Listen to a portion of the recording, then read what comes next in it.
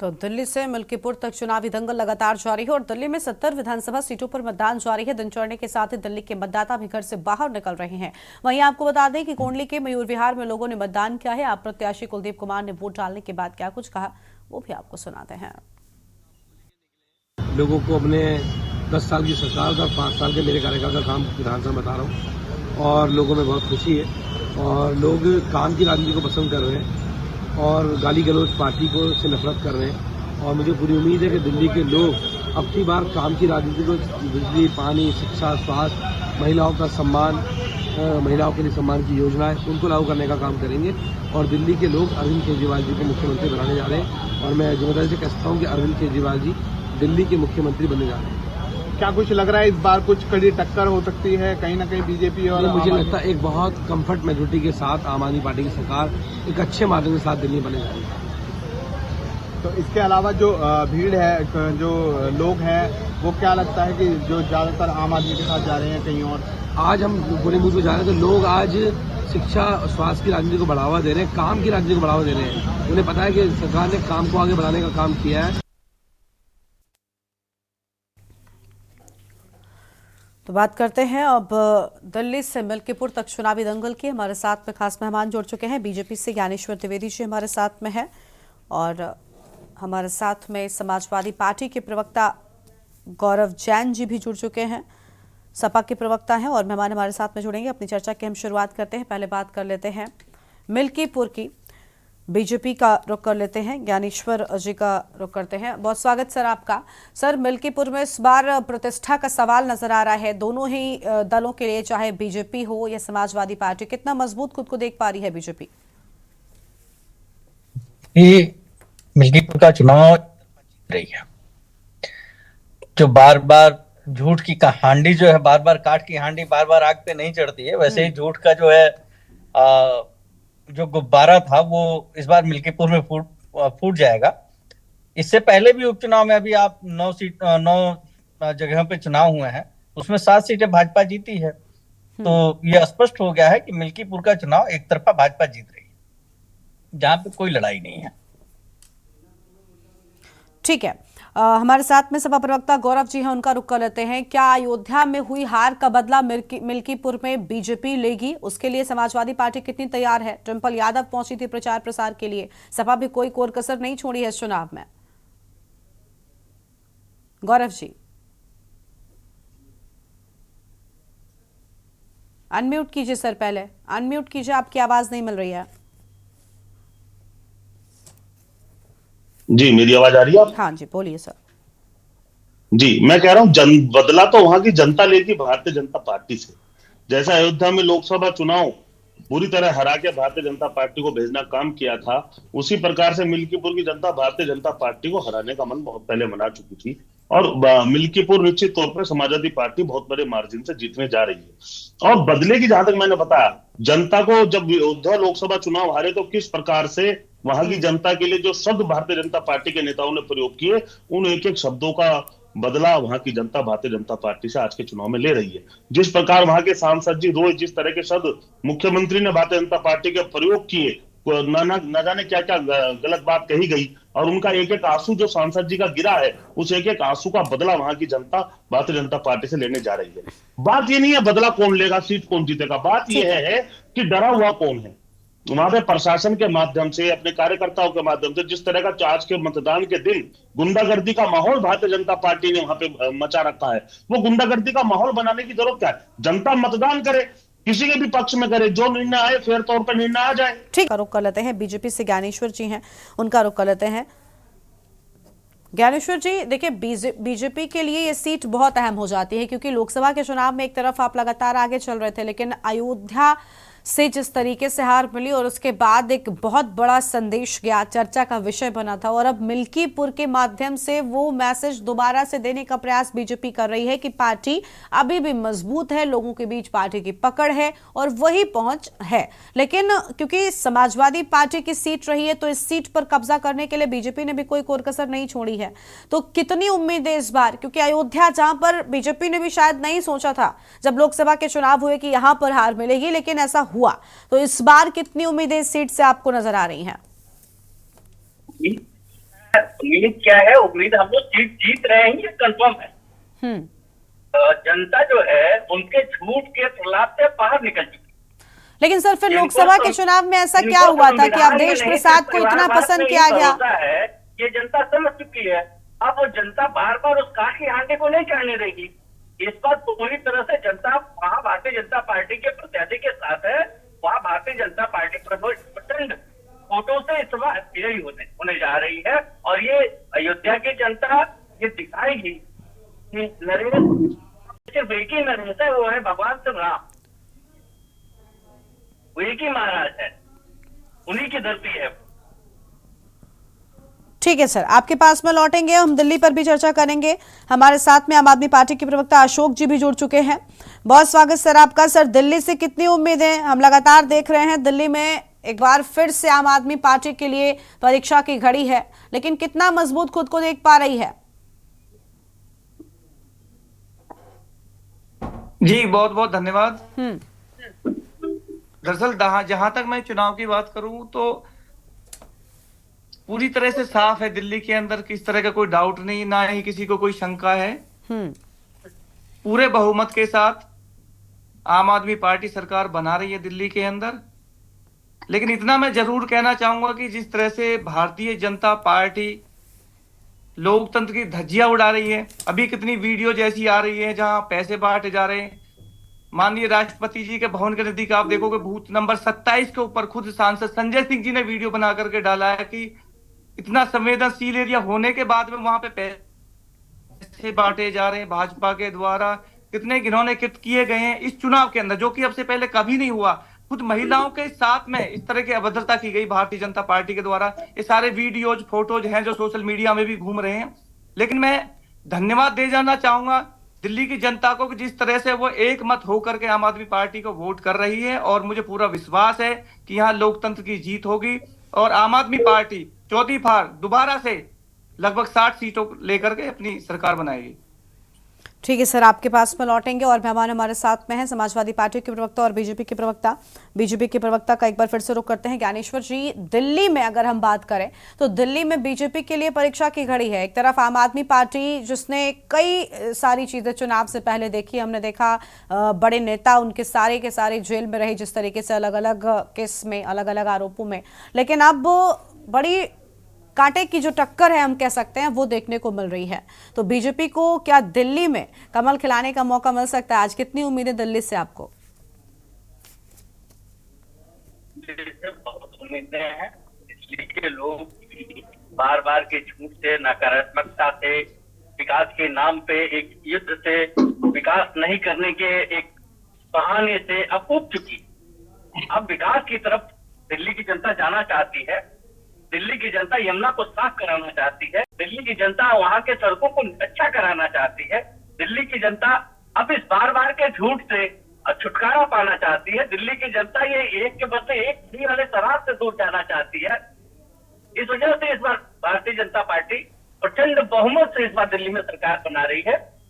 और उसका प्रमाण है इन लोगों की खिसियाहट, खचखटाहट, बार बार जो नाराजगी, उत्तेजना की वजह से दिल्ली की जनता हम परेशान हो गई है। निश्चिंत रहिए, 8 तारीख को सारे बक्सों में कमलीन खिलेगा और दिल्ली की जनता यहाँ दिल्ली को झूठ में सराबोर करने वाले नेताओं की जमानत भी जब्त कराने जा रही है। ठीक है, सपा प्रवक्ता गौरव जी हैं। गौरव जी, ज्ञानेश्वर जी का कहना है कि काठ की हांडी बार बार नहीं चढ़ती, इस बार जनता जवाब देगी। अयोध्या का बदला लेने को तैयार पूरी तरीके से बीजेपी नजर आ रही है। समाजवादी पार्टी अपनी सीट कैसे बचाएगी?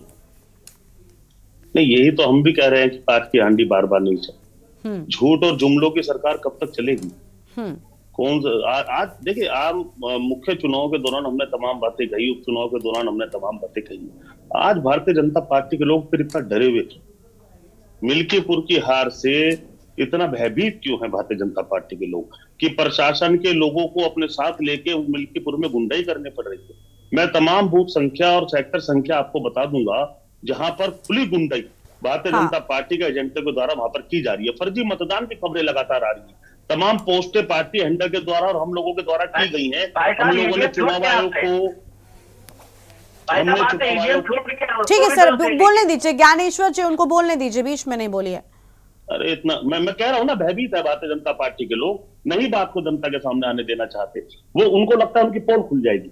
मैं आपको तमाम बूथ संख्या दे दूंगा, तमाम वीडियोस दे दूंगा, तमाम फोटोज दे दूंगा, और वो तमाम वीडियो फोटोज, वो बूथ संख्याएं हमने केंद्रीय चुनाव आयोग को, प्रदेश चुनाव आयोग को, जिलाधिकारी अयोध्या को हमने तमाम टैग किए हैं। उनको लिखित में जानकारी भी पार्टी की तरफ से दी गई है, और लगातार वहां पर जो गुंडाई चल रही है उस गुंडे को उजागर करना काम किया। अगर भाजपा इतनी आश्वस्त है कि मिल्कीपुर से आप जीत ही जाओगे, तो ओपन वोट होने दीजिए। क्यों गुंडाई आपको करनी पड़ रही है? क्यों वहां फर्जी मतदान करना पड़ रहा है? क्यों वहां मतदान को प्रशासन आपके साथ मिलकर प्रभावित कर रहा है? और जनता मतदान करे, लोग जनता मतदान करे, जिसके पक्ष में मतदान आएगा वो जीत जाएगा। डरे हुए क्यों हो फिर आप?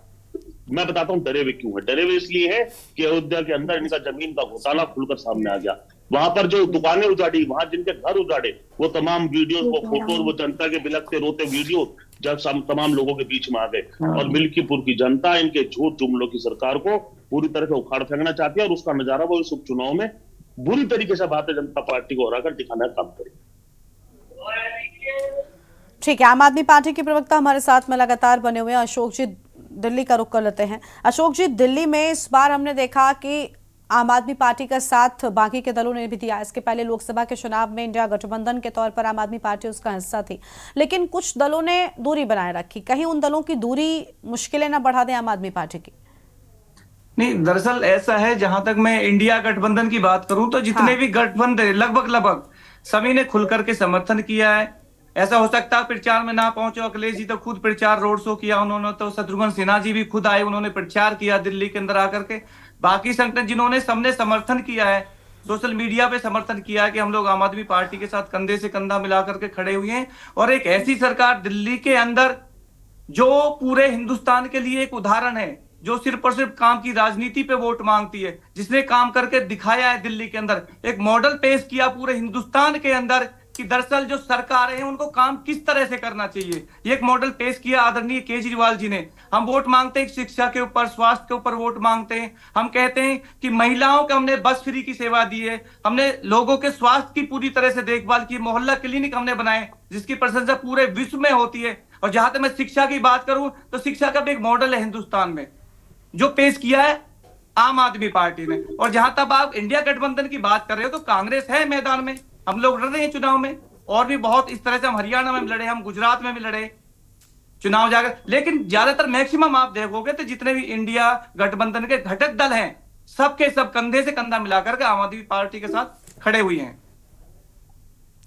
ठीक है सर, लेकिन आम आदमी पार्टी जिस तरीके से उन्होंने कहा कि केजरीवाल पर भरोसा करेंगे, कई तरह की गारंटियां दी गई, कई तरह के वादे किए गए हैं, बीजेपी ने भी इसी तरीके से आम जनता के बीच में कई तरीके के वादे किए हैं। ज्ञानेश्वर जी, क्या लग रहा है, आम आदमी पार्टी ने जो गारंटियां दी हैं, क्या इसको दिल्ली जनता ज्यादा स्वीकार करेगी? क्योंकि इसके पहले भी बीजेपी के लिए दिल्ली में मुश्किलें तो रही हैं, अब उन मुश्किलों से कैसे उभरेगी बीजेपी? किस गारंटी पर विश्वास करेगी जनता? क्या इन्होंने जो पंजाब में कहा कि 1000 हर महिलाओं को दे दिया? हाँ। किस गारंटी पे विश्वास करेगी जनता? इन्होंने पिछली बार कहा था कि हम कसम खा रहे हैं कि अगर यमुना साफ नहीं करेंगे तो हम चुनाव नहीं लड़ेंगे। किस गारंटी पे विश्वास करेगी जनता? इस रोड, पूरी दिल्ली की रोडों को पेरिस जैसा रोड बनाना चाह रहे थे, आज गाड़ी का पहिया दस जाता है, जगह जगह वाटर ब्लॉकिंग हो जाती है। किस गारंटी पे भरोसा करेगी जनता? गली नुक्कड़ में बताया कि हॉस्पिटल खोल दिया है, हॉस्पिटल में ना कोई डॉक्टर है और ना कोई मुझे ये लगता है कि जो बीच में ना बोले, बीच में भाजपा के ठीक है सर, उनको बोलने दीजिए, उसके बाद आप बोलिए प्लीज। यदि मैं इस तरह से लंबी लिस्ट लूं भारतीय जनता पार्टी की 2 करोड़ बीच में नहीं जो बोलिए, युवाओं पे हर साल दीजिए, फिर आप बोलिएगा। दे रहे हैं, तो मैं बहुत लंबी लिस्ट यदि मैं लेकर के जाता हूँ तो 15 करोड़ खाते नहीं आ रहे थे, प्रधानमंत्री जी ने बोला था। बहुत लंबी लिस्ट है आप लोगों की, यदि मैं गिनाना शुरू करूं, लेकिन मैं उस मुद्दे पे जाना नहीं चाहता क्योंकि आज चुनाव को लेकर के सिर्फ मुद्दा है, तो उसी बात को रखिए आप अपने। थोड़ा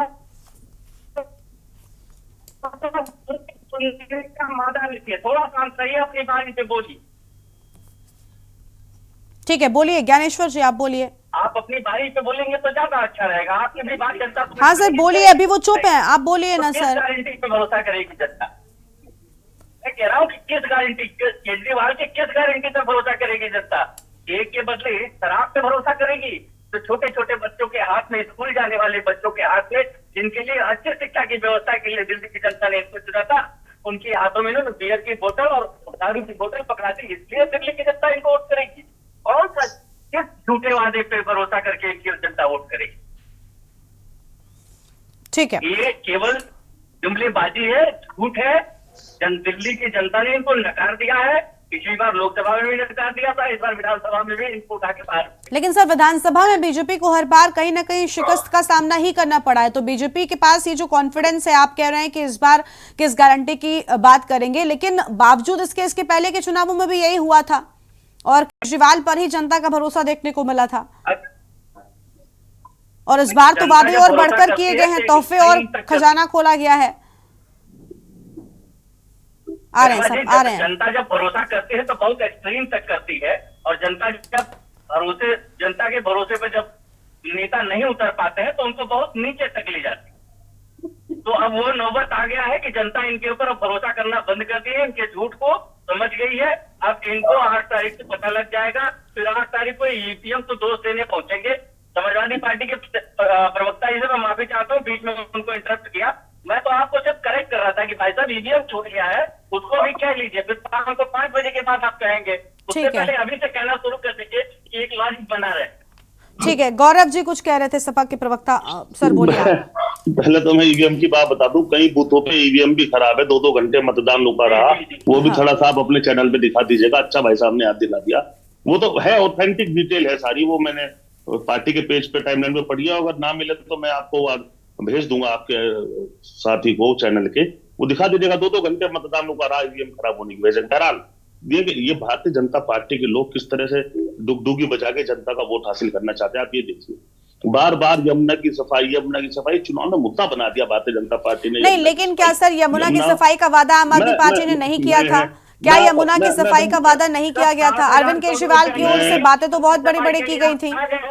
मेरी बात सुन लेंगे तो शायद सवाल ना आए। नहीं, आप ही यमुना का जिक्र करेंगे तो फिर जब आप छेड़ेंगे तो उस पर बात तो होगी ना। ठीक बात है, ठीक बात है, जिक्र मैंने किया है तो मैं बात पूरी कह दूं तो शायद आपका सवाल जवाब आपको मिल जाए। क्या गंगा की सफाई हो गई? माँ गंगा के बेटे आए थे यूपी के अंदर। बहुत सर माफ कीजिएगा सर, फिर मैं टोकूंगी, आप कहेंगे कि मैं टोक रही हूँ, आपको बोलने नहीं दे रही। लेकिन सर क्या उस वक्त आपने ये कहा था कि गंगा की सफाई भी हम कराएंगे? आज आपको गंगा की चिंता क्यों है?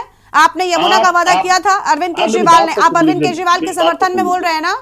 अरविंद केजरीवाल ने वादा किया था ना सर? आपको पूरी कर दूं, मैं वहीं आ रहा हूँ ना। नहीं, आप गलत जगह जा रहे हैं। आप वहां पर अगर आते तो मैं रोकती ही नहीं। आप गंगा पर जा रहे हैं, आप यमुना की बात करिए ना। आपको क्या पता मैं किधर जा रहा हूँ जब आपने बोलने नहीं दिया? नहीं सर, सही बात बोलेंगे तो बोलने दूंगी ना। मेरे वक्तव्य में क्या बात आने जा रही है आपको क्या पता? आपने पहले हाँ बोलिए सर, बोलिए। मेरी बात सुन लीजिए ना। हाँ तो दिल्ली तक रहिएगा। समय खराब होता है ना बीच में ना। बोलिए सर, बोलिए। मैं कह रहा हूँ कि इतना ये डमरू बजा के जो वोट लेने की मानसिकता रखते हैं, गंगा सफाई का वादा जिन्होंने किया था, क्या गंगा माँ साफ हो गई? उल्टा गंगा माता की सफाई के नाम पर हजारों करोड़ का घोटाला। बस फिर आप वहीं पर आ गए। फिर मैं रोकूंगी तो आप मुझे बताएंगे कि मैं अपनी डिबेट का समय बेकार कर रही हूँ। आप ही मुझे बताएंगे। जमुना जी पे ही आ रहा था ना बहन, अब मेरी बात जमुना जी पे। हाँ, जमुना माता की जहां तक बात है, जमुना हमारी माँ की तरह है। जमुना जहां से होकर गुजरती है जमुना नदी, उत्तराखंड भाजपा की सरकार, हरियाणा भाजपा की सरकार, दिल्ली का थोड़ा सा ऐसा। सर सुनिए, ये बात क्या आम आदमी पार्टी को सर क्या तर्क दे रहे हैं? ये तर्क अरविंद केजरीवाल को पता नहीं था? नहीं, आपकी बात कहने से पहले हम समझ गए। यानी यमुना को गंदा करने में भी बीजेपी का हाथ है। बोलने क्यों नहीं देना चाहती? अगर मैं भाजपा का सवाल उठा रहा हूं तो आप बोलने नहीं देना चाह रही। आप 4 बात सर प्लीज ये पुराना वाला राग रटना बंद कर दीजिए। आप टोक रहे हो भाई, आप मेरी बात पूरी नहीं होने दे रहे बहन। आप सिर्फ आप कहना क्या चाहते हैं? आप यही कह रहे हैं ना कि बीजेपी का ही हाथ है यमुना को भी गंदा करने में। तो सर आप जब अरविंद केजरीवाल वादा करे थे तब उनको नहीं पता था कि यमुना कहां से बहकर आती है? उस वक्त नहीं समझ में आ रहा था उनको? कमाल की बात है। मेरी बात सुनना नहीं चाह रही, अपना नैरेटिव। नहीं सर, मैं आपकी सारी बातें सुनना चाह रही हूँ, लेकिन आप यमुना को लेकर कुछ कह नहीं रहे। आप बताइए ना, आपने 5 सालों में यमुना के लिए क्या किया? मेरे 30 सेकंड के वाक्य में आप 4 बार टोक चुकी। आपने 30 सेकंड के अपने जवाब में एक बात भी यमुना की सफाई को लेकर नहीं कही, क्योंकि आप गंगा की बात कर रहे हैं, आपको सारी दुनिया की बात करनी है, आपको यमुना की सफाई पर नहीं बोलना। बोलिए, बोल लीजिए, आप बोल लीजिए, आप जवाब दीजिए यमुना की सफाई पर कुछ। 30 सेकंड बिना रोक टोक मुझे दे दीजिए। हाँ बिल्कुल बोलिए, लेकिन सर जो सवाल किया उस पर ही जवाब दीजिएगा, इधर उधर की बातें करने की कोई जरूरत नहीं है। आपको पता ही नहीं बोलिए, आप अपने आप ही चलिए बोलिए सर, बोलिए। मैं ये कह रहा हूं, मुझे चिंता यमुना माता की है, यमुना नदी की मुझे चिंता है ना, उन पर बोलना चाह रहा हूं। मैंने कहा उत्तराखंड में भाजपा की सरकार, जहां से उद्गम है यमुना माता का, वहां से निकल के हरियाणा में जाती है, हरियाणा में भाजपा की सरकार, उसके बाद दिल्ली आती है, दिल्ली से निकल के उत्तर प्रदेश में आती है, तो वहां पे भाजपा की सरकार, 4 से 5 स्टेटों में भाजपा की सरकार है। ऐसा तो है नहीं कि दिल्ली में उद्गम हो रहा है यमुना माता का। हरियाणा से डायरेक्ट एंट्री दिल्ली के अंदर है, हरियाणा से अमोनिया छोड़ी जा रही है, नाना प्रकार की गंदगी, फैक्ट्रियों का कूड़ा, तमाम चीजें आ रही हैं। क्या हरियाणा से साफ यमुना जी दिल्ली में प्रवेश कर रही है? दिल्ली में आगे गंदगी हो जाती है। हरियाणा में क्या कर रही है भारतीय जनता पार्टी की सरकार? वो साफ पानी क्यों नहीं भेज रही? आगे वहां से गंदगी मिला के दिल्ली में भेज दो। हो गए 30 सेकंड आपके? 30 सेकंड हो गए सर? कोऑर्डिनेशन लाख बात है, आपसी कोड ऐसी चीजें जहां कई स्टेट एक साथ शामिल हो, वहां पे आपकी कोऑर्डिनेशन से इस तरह के कार्य पूरे किए जाते हैं। लेकिन भाजपा भ्रष्टाचार में व्यस्त है, करने में लगातार गंगा माता की सफाई के नाम पे भ्रष्टाचार करने में व्यस्त है, जमुना को गंदा करने में व्यस्त है। अगर उत्तराखंड और हरियाणा से साफ पानी दिल्ली में प्रवेश करेगा तो दिल्ली में भी सफाई करने वाह, क्या तर्क दिया है। सुनिए, अब 30 सेकंड हो गए ना, अब शांत हो जाइएगा और सुनिएगा। सर इसे कहते हैं कुतर्क जो आपने दिया। पहले तो जब अरविंद केजरीवाल जब ये दावा कर, हाँ बिल्कुल ये कुतर्क है, बिल्कुल ये कुतर्क है। मैं बोल रही हूँ ना, आप सुनिए बताइए कैसे? आप सुनिए, आपको ये अरविंद केजरीवाल को नहीं पता था कि यमुना कोई नई बहकर आने लगी हरियाणा से? यमुना नई बहकर आने लगी, ये नहीं पता था उस वक्त जब जनता के बीच में जाकर बोल रहे थे? पहले अरविंद केजरीवाल के उन क्लिप्स को आप ध्यान से देखिए, जिसमें अरविंद केजरीवाल ये वादा करते हुए नजर आ रहे हैं कि 5 सालों में अगर सफाई ना कर दूं तो मुझे वोट मत दीजिएगा। वो खुद कह रहे हैं, और अब कह रहे हैं 5 साल और दे दीजिए, 5 साल और दे दीजिए। सर हंसने की जरूरत नहीं है, जब फैक्ट पर बात होती है तब उसी पर बात क्या करिए। आपको गंगा की फिक्र सता रही है और वहां पर यमुना का झाग आपको नजर नहीं आता। ये बातें कहने से पहले थोड़ी शर्म कीजिए सर। आपको वादा करने से पहले नहीं पता था? आपको नहीं पता था कि यमुना कहां से बहकर आती है? अरविंद केजरीवाल ने किस मुंह से जनता से ये वादा किया था दिल्ली की?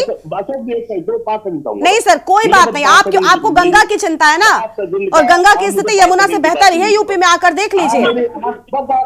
मैं यूपी से आता हूँ, मैं बताऊँ क्या स्थिति है, मैं बताता हूँ। तो सर गंगा की चिंता क्यों कर रहे हैं? आपने वादा गंगा साफ करने का किया था, आपने वादा गंगा साफ करने का किया था, आपने यमुना की बात की थी ना, आप उस पर रहिए ना। दिल्ली चुनाव की बात हम कर रहे हैं ना। मैं बता रहा हूँ मैडम, 5 सेकंड की बात मुझे, आप इतना गुस्सा ना होइए, ठीक है? नहीं सर, आपको यूपी की चिंता है, आपको दिल्ली की चिंता नहीं है।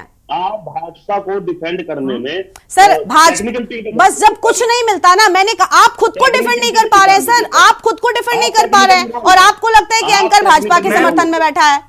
मैम प्लीज मैं अरविंद केजरीवाल, मैंने भाजपा को क्या बोला? मैंने तो कहा ना कि आपको शिकस्त का सामना करना पड़ा। आप लोग कुतर्क लेकर बैठ जाते हैं और कुछ नहीं मिलता तो सिर्फ एंकर पर बोल दीजिए। प्लीज शांत हो जाइए सर। कहीं ना कहीं भाजपा को खुद डिफेंड कर रही है। वही तो मैं कह रही हूँ कि जब आपके पास अपने बचाव में कोई तर्क नहीं बचा, जब आपके पास अपने बचाव में आम आदमी पार्टी के प्रवक्ता का रुख कर लेता है, अशोक जी आपके पास अपने बचाव में तर्क नहीं है तो आप क्या बोलेंगे? आप क्या बोलेंगे? आपके पास सिर्फ एक हथकंडा है कि आप एंकर को लगा दीजिए, चैनल को लगा दीजिए कि हम बीजेपी के समर्थन में बोल रहे हैं। आप बताइए ना, आज आपको चिंता है यूपी की, गंगा की, तब नहीं याद था कि यमुना कहां से बहकर आती है? आप डिबेट्स आपने रखी है। हाँ बिल्कुल, हमने आपको बोलने के लिए बुलाया है, लेकिन आप काम की बात नहीं बोल रहे, आप काम की बात नहीं बोल रहे। आप नहीं रखा ना, तो कम से कम सुनना तो पड़ेगा ना आपको। बिल्कुल सुनना पड़ेगा, लेकिन हम जो सवाल कर रहे हैं उसी का जवाब दीजिए ना सर। आप जवाब नहीं देना चाहते। मैं टाइम कैलकुलेशन करूं, मुश्किल से 2 से 3 सेकंड दे दी सामने बोलने वाले के लिए, बस आप खुद ही बोले जा रहे हैं। जब आपको खुद हाँ, क्योंकि मुझे बोलना पड़ रहा है सर, मुझे बोलना पड़ रहा है क्योंकि आप सवाल का जवाब नहीं दे रहे, आप मुझसे सवाल पूछ रहे हैं। मैं खुद 20 साल फौज में रहा हूँ, आर्मी में रहा हूँ, कमांडो रहा हूँ, पूरे हिंदुस्तान की सरहदों पर रहा हूँ, विदेश तक रहा हूँ। बहुत अच्छी बात है सर, बहुत अच्छी बात है, बहुत अच्छी बात है। अभी आप लेकिन यहाँ पर आम आदमी पार्टी के प्रवक्ता के तौर पर मेरे सामने बैठे हैं। प्रॉब्लम ये आ रही है ना कि सुन नहीं रहे। प्रोग्राम हमने रखना है, डिबेट्स आपने रखी है तो सुनना तो आपको पड़ेगा ना। हाँ, लेकिन काम की बात अब मैं आपसे पूछ रही हूँ ना, आप आम आदमी पार्टी के अरविंद केजरीवाल के वादे पर बोलिए, तब आपको बोलना नहीं है, तब आपको बोलना नहीं है। आप अरविंद केजरीवाल के वादे पर कुछ नहीं बोलेंगे, जो भी व्यक्ति आप सफाई पर बात नहीं करेंगे, आप पानी पर बात नहीं करेंगे, आप पानी पर बात नहीं करेंगे। दिल्ली में लोग प्यासे रह जाते हैं, आप उस पर बात नहीं करेंगे। आपसे उस पर सवाल पूछ ले तो हम बीजेपी के समर्थन में बैठ जाते हैं। आप प्लीज उस हक को मत बताइए, सुनिए अशोक जी, सुन लीजिए, अब जवाब दीजिएगा तब फिर आप गंगा पर आ जाएंगे, फिर मैं आपको रोकूंगी। आप बताइए ना, यमुना को क्या हुआ? दिल्ली में पानी को लेकर क्या कर दिया आपने? ये जवाब मिलेगा आपको। दिल्ली में पानी को लेकर क्या किया बताइए सर, सुनिए, आपके पास कोई जवाब नहीं है। पानी को लेकर क्या हुआ? अभी दिल्ली प्यासी नहीं रहती। ये भाषा प्रवक्ताओं की किसकी होती है? बीजेपी प्रवक्ताओं, जो आप कह रहे हो। वाह, हम सवाल करते तो हम बीजेपी के प्रवक्ता, फिर आप कहेंगे कि हम आपको बोलने नहीं देते। यमुना का मुद्दा, उस विषय में आपको क्या कहना है? यहाँ तक तो आप एंकर की स्थिति में हो बिल्कुल। अब आप डिसाइड करेंगे कि एंकर आपसे कौन सा सवाल पूछेगा और कहां तक पूछेगा। आप डिसाइड करेंगे सर, आप डिसाइड करेंगे कि एंकर आपसे क्या पूछे। आप डिसाइड करेंगे। जब कोई जवाब नहीं होता ना, तब ये स्थितियां होती है प्रवक्ताओं की। सर, एंकर से सवाल पूछने से बेहतर है आप अपने आप से पहले पूछिए कि आपके पास वाकई मेरे सवाल का जवाब है। नहीं, जब आपने सुना ही नहीं, आप ये कैसे कह सकते हो जवाब नहीं आपके पास? आपने दिया नहीं। मैंने आपसे 4 बार पूछा, आपके साथी समर्थक सपा प्रवक्ता से 4 बार पूछा। अरे आप बता दीजिए, अभी भी आपको वक्त दे रही हूँ। आप तो आम आदमी पार्टी के प्रवक्ता है, बताइए यमुना को क्यों नहीं साफ किया? बोलिए बोलिए, पूरा वक्त आपके पास, बोलिए। कम से कम हाँ बोलिए सर, बोलिए ना। बिल्कुल बोल रहा हूं ना मैं। हाँ बताइए, क्यों नहीं साफ किया? अब आप सुनो तो सही, आपका सुन लिया ना मैंने सवाल, आप सुनिए तो सही। 6 बार रिपीट कर चुकी सवाल आप। यमुना की बात, यमुना दरअसल जिस तरह से नदी के जो मुद्दे आते हैं, आप समझिए, थोड़ा सा लॉजिकली भी चीजों को समझना जरूरी है। जहां तक नदी के मुद्दे आते हैं, हमारे भाई प्रवक्ता ने भी आपको कहा कि नदी ऐसी नहीं है कि आपकी नोएडा से निकली, मैं एग्जांपल, नोएडा से निकली, नोएडा में कहीं ना कहीं अंदर चलेगी वो, या दिल्ली से निकली, दिल्ली के अंदर ही अंदर समागी वो। ये बड़ा सेंसिटिव मुद्दा होता है। हजारों किलोमीटर की यात्रा करके कोई नदी आती है और हजारों किलोमीटर आगे निकल जाती है, वो यात्रा करके निकल जाती है। उस मुद्दे को भी समझिए आप थोड़ा सा। उसके बाद यमुना, जहां तक दिल्ली की मैं बात करूं तो यमुना दिल्ली से नहीं है कि दिल्ली से निकली दिल्ली के अंदर ही चलेगी वो। मुद्दा ये है, मैं मान रहा हूं इस बात को, मैं एक्सेप्ट कर रहा हूं सबके सामने इस बात को लेकर के। मुद्दा हमारा ये था और है और रहेगा। हम पूरी कोशिश कर रहे हैं कि यमुना साफ होनी चाहिए, लेकिन पड़ोसी तो ये दावा फिर नहीं करते ना। फिर सॉरी सर, वक्त का मैं आपको वक्त की कमी के चलते रोक रही हूँ, मैं आपको वक्त की कमी के चलते रोक रही हूँ। लेकिन सर, ये जो आज आप मुझे ज्ञान दे रहे हैं बायोलॉजिकल की नदियों के बारे में, हमें ये समझना चाहिए। जूलॉजिकल जो आप मुझे ज्ञान दे रहे हैं, वो आपको क्या पहले नहीं पता था? क्या वो आपको पहले नहीं पता था कि यमुना कहां से बहकर आती है? सर, वक्त की कमी आपको रोक रहे हो। आज जो चीजें आप यहां पर बताने बैठे हैं, अरविंद केजरीवाल को बताना था। जब मंच पर खड़े होकर अरविंद केजरीवाल जनता से ये वादा कर रहे थे कि हम 5 सालों में यमुना को के पानी को पीने लायक बना देंगे। एक्सेप्ट तो कर रहे हैं। अरे क्या एक्सेप्टेंस? आपने 10 साल पहले आपने वादा किया, 5 साल बाद दोबारा वादा किया और अब दोबारा वादा करने को तैयार है। कैसे जनता आपके बातों में आ जाएगी? छठ पूजा पर हम देख लेते हैं ना सर यमुना की तस्वीरें। बैठे भाजपा को उन भाई से कहिए। चलिए सर, वक्त की बहुत कमी है, आपको यहीं पर रोक रहे हैं। शुक्रिया आपका हमारे साथ बैठने के लिए, चैनल में आने के लिए। तो वोटिंग जारी, कौन किस पर भारी पड़ेगा देखना बहुत अहम होगा। दिल्ली में लगातार मतदान जारी है और दिन चढ़ने के साथ ही लगातार लोगों की संख्या भी मतदान बूथों पर लगातार बढ़ती जा रही है।